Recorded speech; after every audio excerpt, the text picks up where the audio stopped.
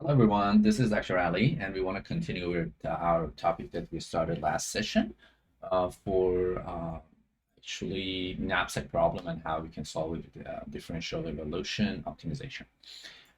We reached to this point that how we can formulate this knapsack problem in the math form, and then we see that how we can combine the objective function with the constraint using the Lagrange method.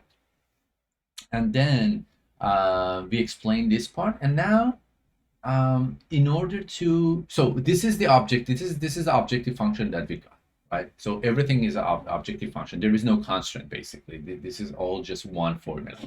And now the thing is, lots of these frameworks that help us for solving this problem, solving this actual objective function that we obtain, they need a they need a minimization not maximization. Here we look for maximizing. We're looking for the right sequence of xi that maximize this objective function that we have. But we need to turn it to the minimization, equivalence of this form. It is like just for the sake of these frameworks. Of course, that these two have the same, very similar actual objective function. Both of them should reach the same sequence of xi. But for these frameworks that I want to use, we need to turn it to the minimum. So how that we can do that? There are two ways.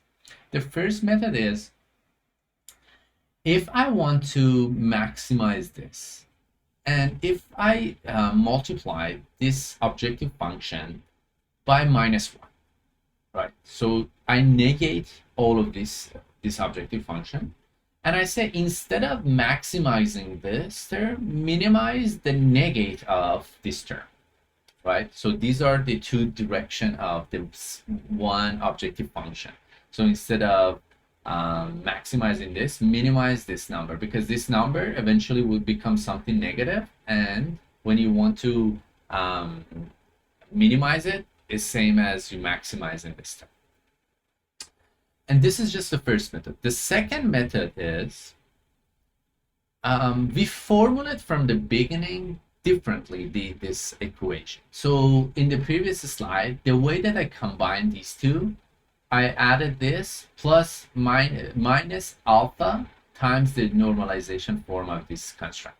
But now I want to change this actually objective function to see, look, instead of maximizing the value of those items that we pick, let's minimize the value of those items that we didn't pick, right? These two are the same thing. If you minimize the value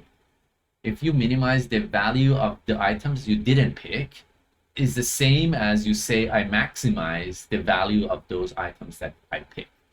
So the only thing that I needed to do is just say 1 minus xi, because xi, remember, it was either 0 or 1. It was a binary value.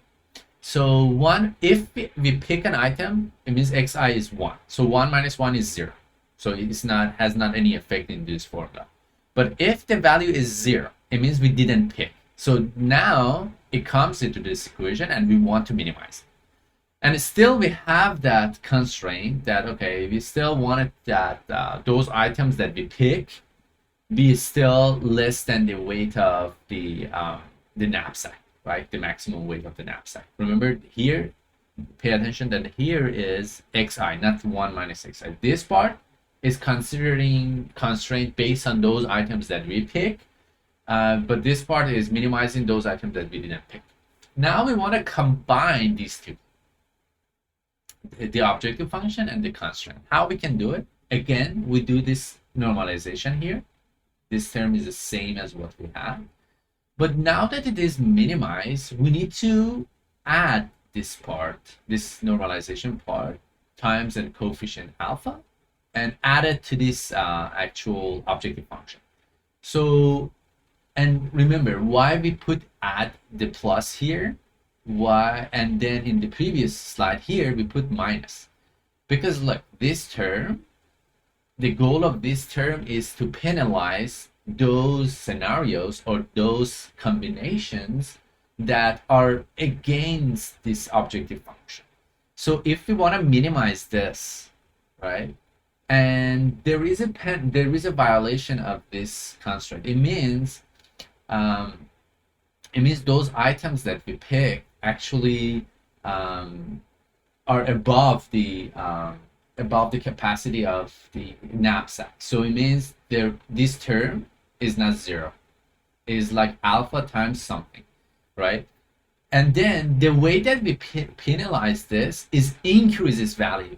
That's why it's plus here. Why?